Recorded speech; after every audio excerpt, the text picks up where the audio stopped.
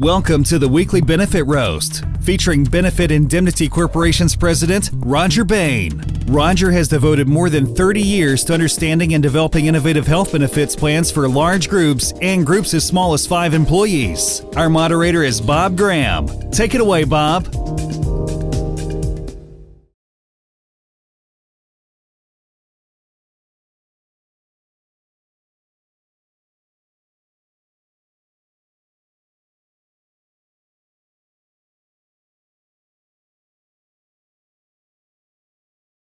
Hey, welcome to the Benefit Roast. It's May 20th, 2019. I'm here with Rodger, and he's getting an early start on our Memorial Day celebration next week. He's out grilling some burgers right now. We've taken the microphone outside. He's got a couple of burgers. He's flipping right now. He'll be joining us shortly. While he flips the burgers, I'm going to take a second or two and explain to you that if you have a question or a comment, you can go down to the chat feature and you can type in your question, or if you press the right button, you can raise your hand and we'll actually bring you into the discussion. We would love to make this a discussion. We'd love to hear your comments. And towards that end, we thought that we had wrapped up the myths of self-funding last week, but we actually had so much feedback over the last couple of days.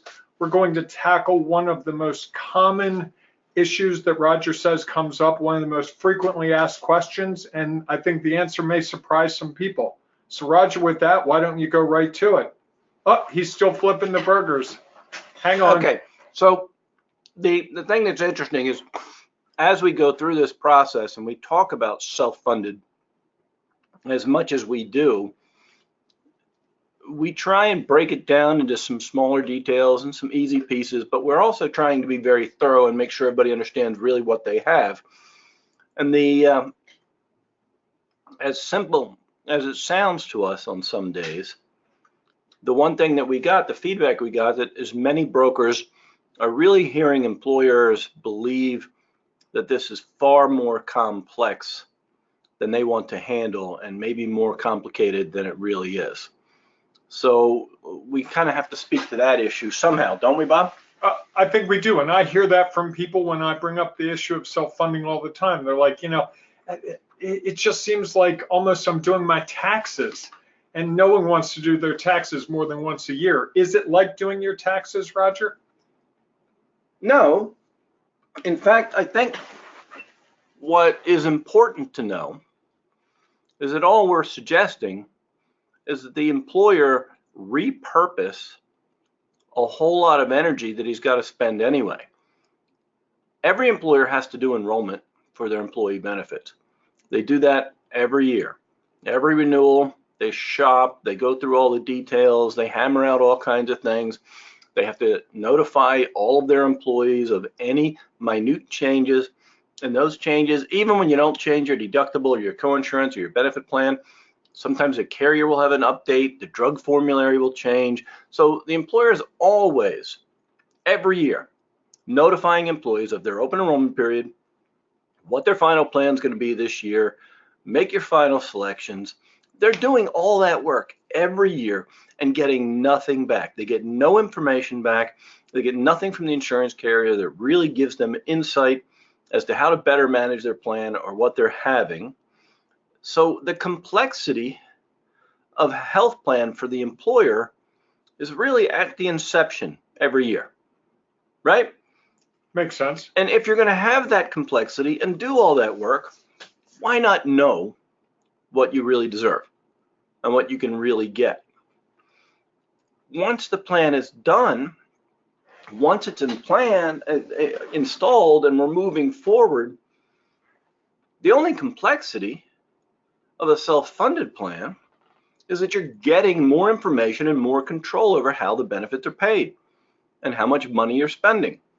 So there's a significant difference there. And I don't mean to oversimplify it, because with every advantage that you get, there is a little more complexity. Okay, yes, it's more complex because we give you a claims report that in order to understand it, you have to look at it. Right? I mean, but you help them through that. The broker can help them through that. You're not left alone like your 1040 form with no accountant, no tax. Right. And kind of the reason I even brought that up is It's more of a tongue-in-cheek response. Okay. Because sure, it's complex. Somebody's going to give you transparency. They're actually going to tell you where your money is being spent. And so while in one hand, that sounds more complex than a fully insured plan, it's a value. And that's part of the value proposition of self-funding. It's really understanding where your money is going, how it's being spent, and that gives you the ability to not only predict future expenses, but to control and modify future expenses. Okay. Question from Joe that we got during the week was, this sounds like a whole lot of private information that I really don't want to get my hands on because that scares me with all the HIPAA regulations and everything else. Well, and my question to you is, do you have any ill intent? I never have ill intent. But the proverbial question to the employer, do you have ill intent? Do you intend to take private health information and do something malicious with it? Okay. Or do you intend to care for it and take care of it just like you have to already? Keep that in mind. Again, this is an important point, okay? If you're worried about private health information being inadvertently divulged, then tell me where you keep your payroll records. Because every payroll record has employee social security numbers on it, which is private health information. And is that information held securely and privately on your premises in a way that protects the employee's PHI? And if it is, then I ask you, what's the difference? I guess my question for you, Rodger, is let's say I have a company and 10 employees and I find out through this process that Susan, one of my longtime workers, has a mental health problem. Could that happen? And couldn't that be a problem all the way around? Okay, the answer is if you, the owner of the company, or the executive empowered with managing the benefit program for the company, gets that information, there is no problem with that if you have gotten that information for the purposes of running, managing, and purchasing employee benefits for your employees. If you have gotten that information for some other reason that is not in accordance with the framework of the law, like you've decided to get that as part of your hiring practice, well, that's trouble. Or if you use it in that way, right? Or if you use it that way. We have to cut 2 people. Let's cut Susan because she has a mental health problem. Right. That's where you get into violation and a problem.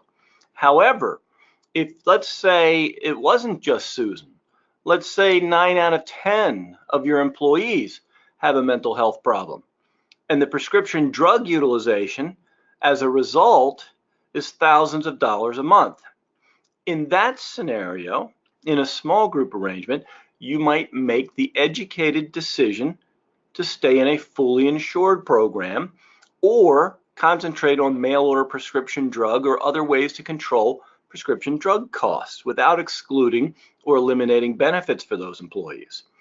In that scenario, that shows you the positive use of this protected health information.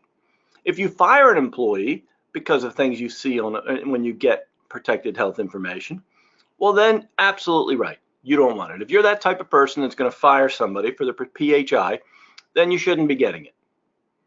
And in fact, be very careful about how you run your business in general, because you have PHI on every employee already, or you couldn't be paying them. Correct. And Rodger, if I'm not mistaken, in a prior episode of our podcast and webinar, you said that when working with smaller groups, the information is none of the information is tied to a name, correct? And you said with smaller groups, you actually do some work to even more protect the data in terms of knowing how many people have a specific issue, right? Well, the work I do in self-funded is almost entirely de-identified. When we give an employer a report on their group risk and we do that assessment, that's a very generic report. It talks about health conditions, it talks about things that are going on in the group in general, it talks about prescription drug utilization and what the projected cost of that prescription drug utilization might be, but it doesn't attach any people, persons, or beings to any of that data. Now, that's not to say that there isn't an occasion when we might talk to an employer about specific conditions or mechanics or things. If they want to know, they have a right to know. And then we can talk to that employer about what's going on and how and why we are recommending a certain decision.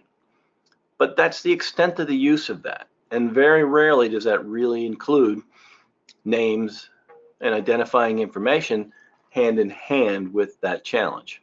And that information is coming to you through the employees filling out primarily an online form that the employer doesn't see, correct? Right. In my ideal world, it would all be done electronically through our secure portal, and the employer doesn't have to see any of that information if he doesn't choose to. So, if the employer chose, they could avoid any paper forms being filled out. It could all be done online. And I think you told me earlier that it's fairly frequent that it is mostly online, correct? It is done mostly online. Our work is done mostly online. There are still a few clients or a few brokers sometimes that just have not bought into that whole concept, or they don't understand it, or they have a fear for it. But I will tell you that I would believe that the electronic portals, the secure portals that we use to collect this data, are more secure than an employee filling out a paper application, handing it around to people in the office to then Xerox copy and fax or mail off to other sources. It's just, that seems far less secure to me than an electronic avenue in today's world. Okay, that makes sense. Let's move to another question. Again, these are questions we got this week from people who had listened to our self-funding myths episodes, and they had some comments or questions. The next one comes from Carl, who says, I already filled out a form a couple of years ago on this. I looked at self-funding. It didn't work. Have things changed, Rodger, over the last couple of years at all? Would it behoove someone to make another effort at this? Well, that is such a broad question, Bob. And I think that question brings to light specifically the process that we do. A group risk assessment is there very specifically for that reason, to determine that. If this person is a 15 life group, 15 employees enrolled in their health plan, and the reason it didn't work for them 2 years ago is because one of their key employees that's been there forever and will be there forever has a dependent that has lupus or some other difficult, challenging, chronic disorder or disease that can be very expensive, then the answer is likely to continue to be the same. And that's why we have the regulations and the provisions and the laws that we have in healthcare reform that provide protection and safety nets on a variety of different levels, from the social environment all the way to the corporate environment to the healthcare reform. And of course, we have other alternatives as well. So that's really what this is all about, is finding out precisely what is the best avenue for an employer to provide benefits to their employees. But the options are ever increasing, correct?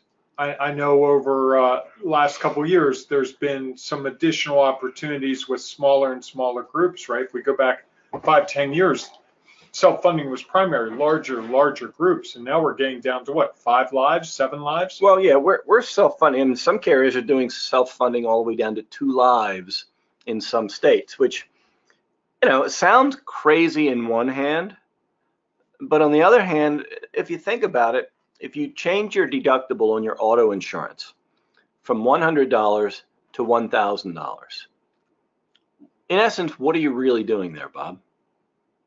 You're gambling that you're not going to have a car crash more. Well, or you're self-insuring the extra $900. Yeah, you're right. You're right. Yes. So if you move from a $100 deductible to a $1,000 deductible, you're self-insuring $900.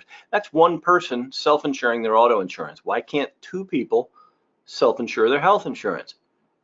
As long as you have the right numbers attached to the amount of self-insurance, the amount of risk and exposure the employer wants to take, we can design to any parameters, right? So that's kind of what the biggest thing to know. And frankly, this is what leads to the question that brought us back to discussing myths again, right? Complexity.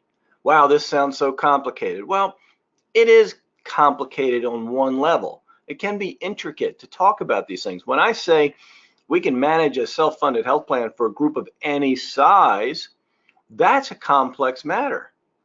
But once we get to that one size, I'm 15 employees, I'm 5 employees, I'm 55 employees, we have pretty clear and concise recommendations that aren't so complex anymore. If you want to try and solve the entire world's problems in healthcare reform, that's complex. If you want to talk about self-funded from a perspective of every self-funded group, that's complex. When you talk about recommendations for any particular group, it usually gets pretty simple and pretty clear. And I think that's what people, we get into these podcasts, we get into webinars, and we talk to hundreds of employers or hundreds of brokers at the same time, and everybody's thinking about all these different scenarios at one time. Let's take them one at a time, and everything suddenly becomes clear and simple. And I think that's the point we have to get to, is everybody has to understand that just because they read about something GM did with their health insurance benefits in the newspaper the other day doesn't mean that their issue has to be so complicated. Does that make sense, Bob? It does, and this is a very individualized thing, and I think that's one of the challenges I sometimes struggle with when I'm thinking about it, because I'm thinking of it in comparison to the traditional fully funded health insurance situation where you fit into their buckets. And what I know from talking to you and going through these webinars and podcasts and various other discussions, this is much more of a Chinese menu, if you will, where the employer can pick the options they want, and they want the way they want to work this much more openly and with more choices and more flexibility than if you go to a big carrier and say, I have 72 employees and this is what we want to spend, and they're going to say yes or no. Is that fair to say?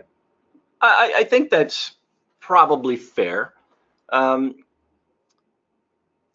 But at the same time, I would tell you that example, I have the same answer for as I gave you on the others. Once you take that group down to that group's particular and specific conditions, the matter becomes simpler and less complex, right? So it's not fair to generalize on any of these terms. I think Dan Single said it last week really well when he said, not every employer should be self-funded, but every employer should have a right to know whether he should be self-funded. Wow, quoting one of your employees. I've seen it all today. Wow, I can't wait to tell Dan. But you know what they say, I didn't teach him everything I know, but that's right. He gets to teach me now and again too. So it's really a key element to everything we do, is to simplify this process. Health insurance isn't just health insurance anymore. Every time you talk about health insurance or health insurance benefits, you're talking about a world of a national healthcare crisis. And that national healthcare crisis has very complex problems. It has some major issues, and we work every day to try and solve those issues. But that doesn't mean we can fix them all, and certainly we can't fix them alone in a vacuum. We need Congress to support the solutions. So yes, things sound complex, but let's not forget that when we take that down to one particular group, one particular set of circumstances, it enables us to simplify that decision with some real clarity that can help an employer to understand why and what are his best avenues. And that's something that's missing too often. So by doing a group risk assessment, by considering the option of self-funded benefits, along with the option of fully insured benefits, between your broker and the work that we do with your broker, you can achieve some real clarity. And sometimes that is so incredibly clear, Bob, that the employer has really no tough decision to make. You know, we've had those no-brainers come across our desk pretty often. And so it's real important to know that if you're a no-brainer, you should be self-funded, or you're a no-brainer, you should be fully insured. Don't you want to know that? Because then you can sleep a lot easier at night. How many times does an employer make a benefit decision and wonder for the next 60 days before he forgets about it until next year? Well, it wonders whether he's made the right decision or not. Right. And so the clarity that we get from really working through these processes is what's most important for employers. It's not about the complexity of a self-funded health plan versus the complexity of a fully insured health plan. They both have enrollment processes. They both have work. They both require a little bit of energy and a little bit of thought. But once you decide and you move forward, you know you're in the right place. Okay, I'm going to shift gears to another question that we got this week. This one's from Patrice. I know you're going to love this one. I've been listening to this for the last 5 or 6 weeks. I've been taking in all your myths. This sounds like a total sales job. What are you not telling me about self-funded insurance that I really need to know to be objective? Well, I'm not sure that I haven't told you, but I don't mind telling you again. The reality is that self-funded is not for everyone. If you're clearly a high-risk small employer, you should probably stay in those programs that are designed with high-risk pools. They're community rated, they have community protection, and you're pooling your risk across the entire population, and that's what the ACA and state insurance reforms have done for many, many years. So that's where you should be. If, however, you believe that that's really not fair to you and your group and the composition of your group because of the other things that you do, then that's a different story, and you have to look at that. At the same time, however, self-funded does have other elements of concern, right? When you self-fund your health plan, you are making the promise to pay benefits to your employees, and then you're buying insurance to protect yourself. Well, when you do that, you are taking on a responsibility that heightens just slightly from where you are in the fully insured world. And when I say just slightly, I think that's probably in the eyes of the beholder as well. To me, it's a very moderate change. To some people, it might seem like a bigger change, but it's really about buying the right insurance. If you're buying the right stop-loss insurance to protect yourself, then you're building a health plan wisely and prudently. You're covering the risk entailed with that health plan beyond any manageable level, and you're taking that as an educated position and moving forward. The thing that you do have to remember, though, and this is probably the key, most important point. If an employee gets disgruntled and they don't like a benefit decision, in the fully insured world, they're going to sue everybody, but the main brunt of that is going to be after the carrier. In a self-funded world, they might sue everybody, but the main brunt of that is going to be against the employer. So the employer should, and I've said this in previous meetings, should really talk to their property and casualty agent about employee benefits liability coverage, which is an important component to have whether you're fully insured or self-funded or not. So for those of you out there that think this is a sales job, it's really not. It's an education job. You know, the real key is I want you to understand self-funded. I don't want you to buy it if you don't understand it, and I don't want you to buy it if you don't like it, and I certainly don't want you to buy it if it's not properly suited for you, or you're not properly suited for it. But, I mean, that's just the nature of the beast. But I certainly want to make sure you know those answers. That's the sales job. The sales job is that you should know. Okay. I've got a question that Guy actually said to me when we were having lunch the other day. He said, I've listened to these sessions you guys do, they're really informative, but can you walk me through the simple steps of the process? If I'm a small business owner, what are the things I need to do to make this, to get to the place where I'm making that decision? And I do admit that we probably glossed over that a little bit, Rodger. So walk us through what that process is and also the time frame, if you can. Well, ironically enough, we have glossed over that because that really is more along the sales process of really talking about how to get it done. So, but I'm going to touch on that anyway. The reality is the simplest process in my mind is not to go out and quote everything in the world before you even understand what your group looks like, right? So I would say the first step is to do the group risk assessment. And when you do a group risk assessment, that means you fill out a one-page form on the web probably. That comes into our shop automatically. You, the employer, fills out one. Right, the employer or the broker for the employer. Okay. Either way, somebody fills out what we call the client information form. Okay. It's a basic name, rank, and serial number of a company. Then we set up an electronic enrollment portal for them automatically so they can go through the process of getting a group risk assessment.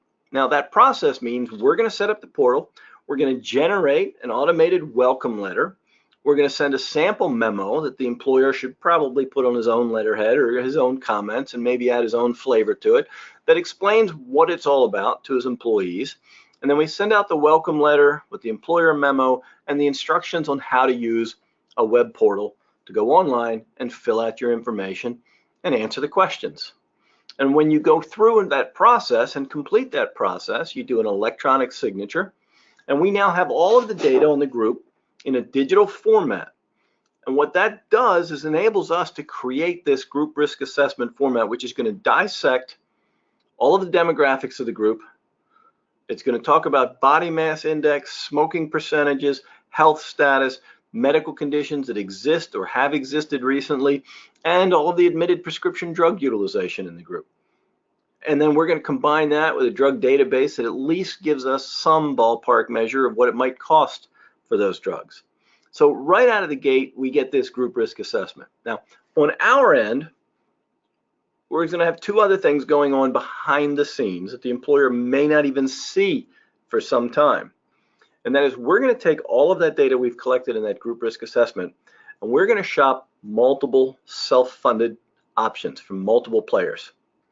Meanwhile, the broker is going to be shopping multiple fully insured options just in case the self-funded market is not appropriate for that consumer. And then we're going to marry those two.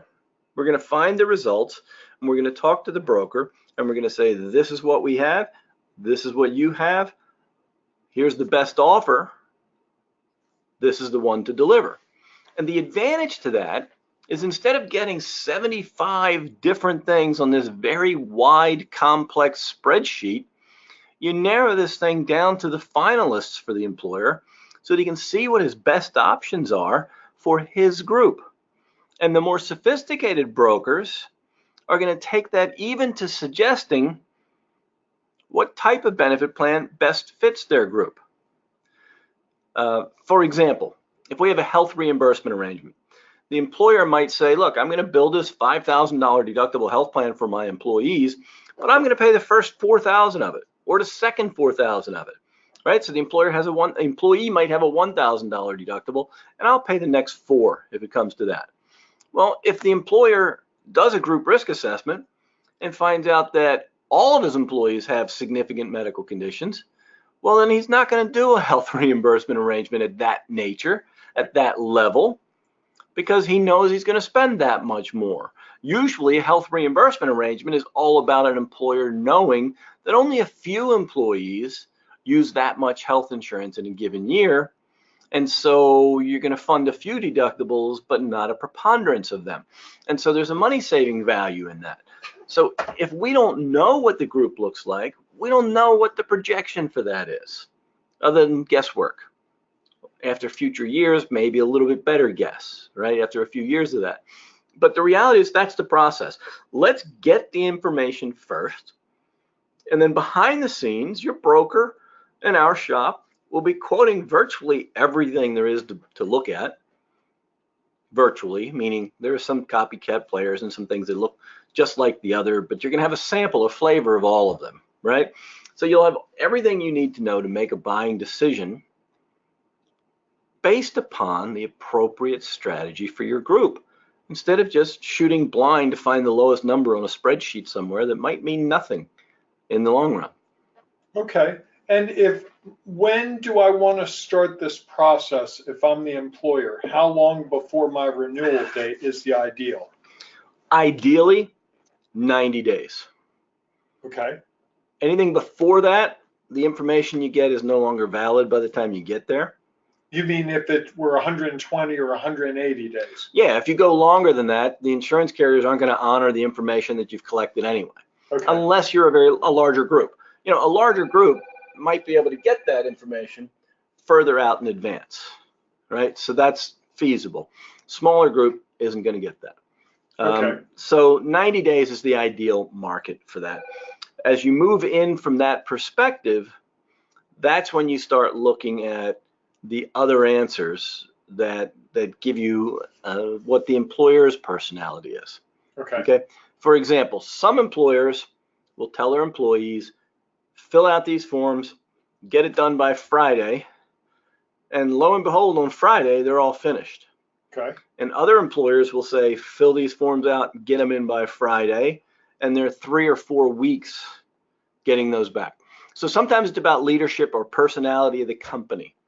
But once you understand that company personality, we've done it in as little as 7 days, but usually I'd say 3 to 4 weeks is a pretty good minimum to expect getting an employee population to get all the stuff done. So that's from first contact, filling out that first form, all the way through the process to the broker sitting down with the employer and discussing options. That could be 3 to 4 weeks typically? I'd say yes. Okay, I'm not trying to. I'd like a little more time than that, Okay. but most often we're not given that. So we are very often doing it in 3 to 4 weeks. Under 3 weeks is rushing it. Sound like my tax guy. Well, it's like everybody, that kind of thing happens. So Okay. that's really the scenario. That's how it works, and that's the methodology. Okay, great. I just want to check to see, do we have any additional questions, Rodger? I don't see any questions from anybody online. Okay, just double checking that.